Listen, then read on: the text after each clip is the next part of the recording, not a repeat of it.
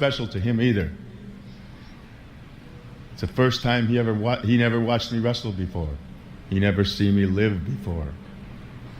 I respect Bruno Sammartino because he paved the road for guys like me.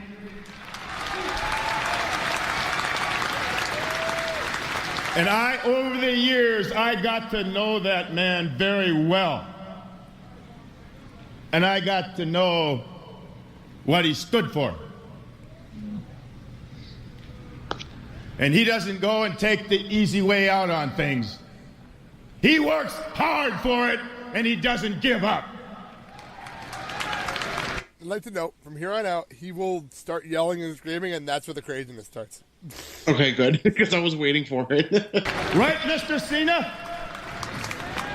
Never give up.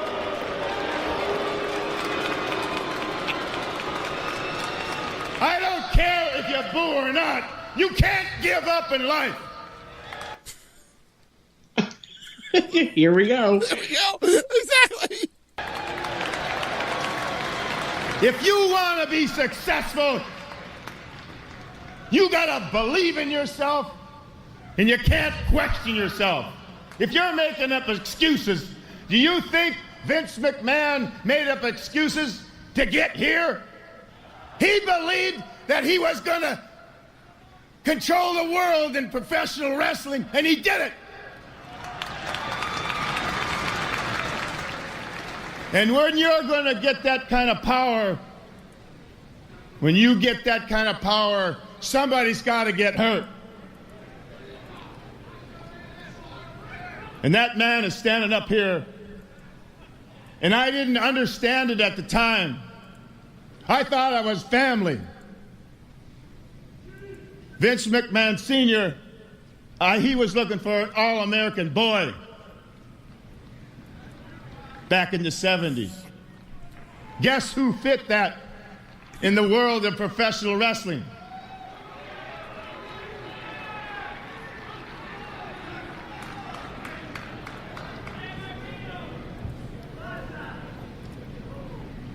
Somebody in the crowd has yelled Sammartino. I didn't catch that. I didn't get that till just now. Somebody just yelled Sammartino. We're gonna tell you, dumbass. I love it. Gotta love a New York crowd. I want to go back to my childhood now and tell you where I came from. Of course you do. I came from Princeton, Minnesota. It's a little town in north of Minneapolis. We had an outhouse. What? We didn't have indoor plumbing when I grew up. What? How old is he? That's a good question. I looked it up real fast. We went out and pumped the water, put it in a pail, brought it in the house, and drank from a dipper. What? And when you Minnesota had to go at night, awful. you had to go down to the outhouse. What was that? Minnesota just sounds like an awful place. It's cold. There's no bathrooms.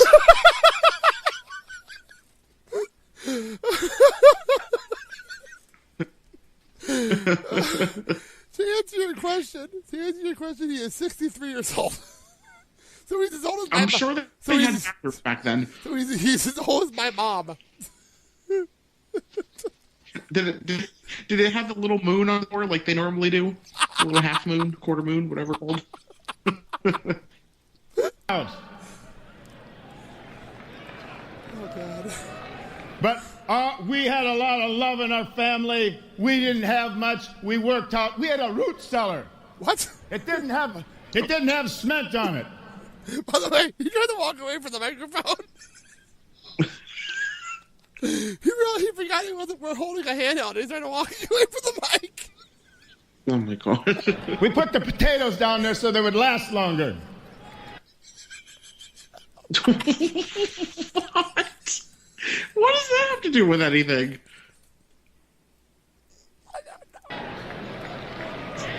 And I didn't know that we didn't have a fancy lifestyle. Really? When I was growing up... How did you not know? Wait a second. How did you not know? Are you kidding me? I got into amateur wrestling. Holy crap. And Mr. Cena, this is about never giving up. The crowd is going to kill him. Oh my god. I got into amateur wrestling when I was about maybe 5th grade. Okay, I lost. Hang on. There's a big difference between 8th and 5th grade. There's a huge difference. Apparently not in Minnesota. Apparently not. Every match I had, I was getting mad at myself. The coaches told me to quit. They told me to get out of the sport. I should have.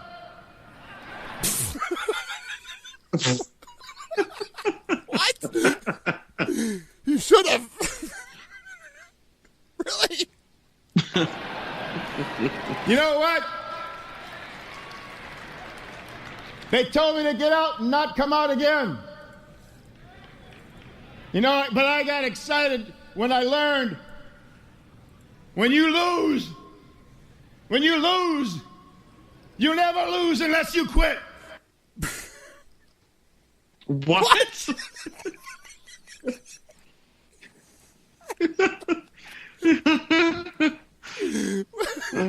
wait, so you would never lose unless you quit. Okay. What? What does that even, what? That doesn't make any sense to me. That makes no sense to me whatsoever. Oh. Wow. Yeah, wow. And I started bugging the coach after the matches. Why did I lose? Because you're pinned. Just saying. And I started training in my first exercise machine. Oh, no. There's a lady by the name of Mary sitting over there, and she can stand up if she wants. We didn't have any money, but I laid in the doorway on my back, and she sat on my feet, Oh, that's a held the doorway so she could keep her balance, and I'd do leg presses with her. What is he talking about? Where is the story going? That's what I want to know.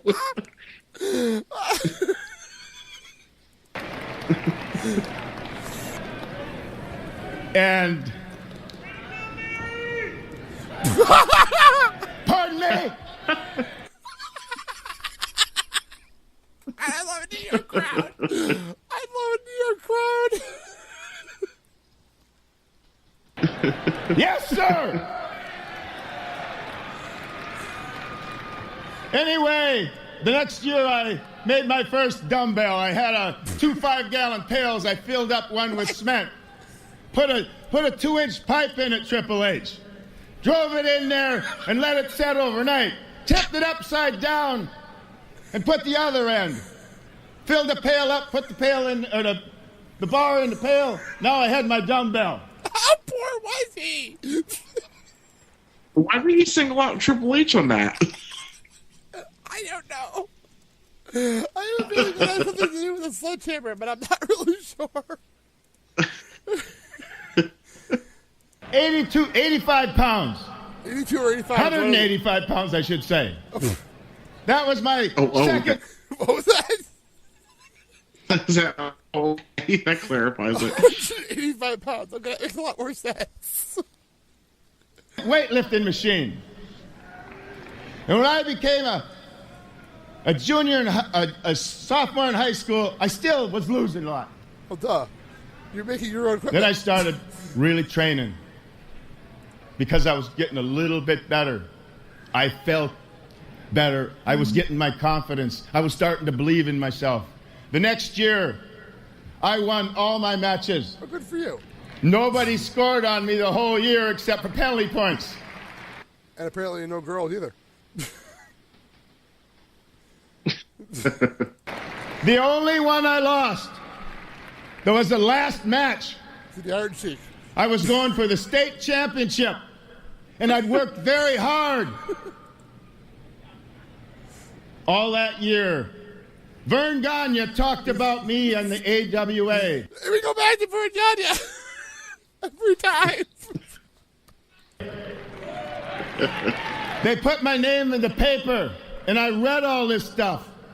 And coaches were telling me, you're going to win. I started believing it. Well, that's a problem. I did literally start believing it, and I thought I didn't have to work anymore. How do you not literally believe it? Just wondering. I just want to know. Somebody explain that to me, please. Anything? No? Okay. I thought it was just going to turn it over to me. Well, no. And I wrestled the guy in the finals. He was a substitute wrestler. He destroyed me. And I didn't cry till I got down to the dressing room. And it hurt bad because I let my mom down. Oh. I let my family down. Everybody was in St. Cloud State University that year from Princeton, Minnesota, and I let them all down. Oh, I feel bad for him. I'm not quite sure what it has anything to do with anything, but I feel bad for him. Okay, let's continue on. It's the worst thing that ever had happened to me in my life. Really? But you know what? Right now, it was the best thing that ever happened to me. What? Okay. Okay, okay. And the why I say that is, after that, I don't give up! I was not expecting that.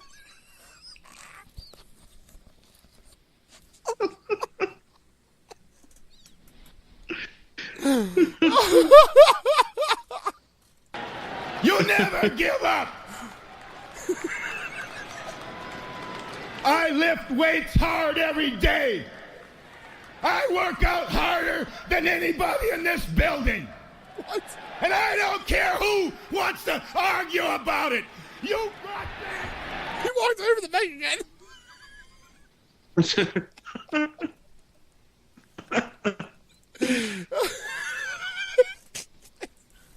He just walked over the mic again. He just completely walked away. He's yelling at fans now. He's just yelling at fans. And don't talk back to me when I'm addressing you.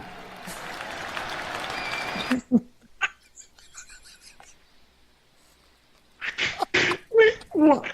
Who's he speaking to? He's giving a speech. Apparently the fans, maybe?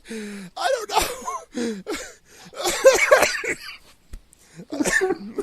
I'm losing it over here. I'm losing it. JR, you got that? What? Sergeant Slaughter, you whipped the heck out of me. You left marks all over my body. Do we need to know about that? Honestly. My wife was mad at you when I got home that night.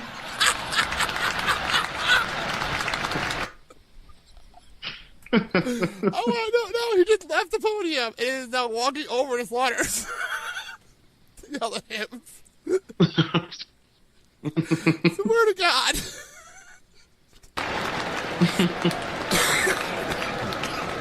Oh my God. That was Big Show, by the way. That was Big Show.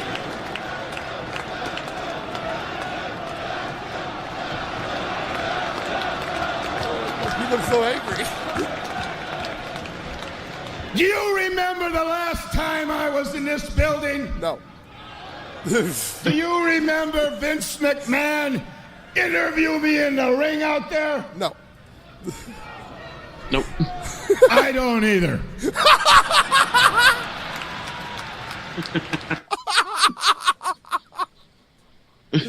I appreciate the honesty there, Bob. Appreciate the honesty. But it was a riot. I was Mr. Backlund big time. But I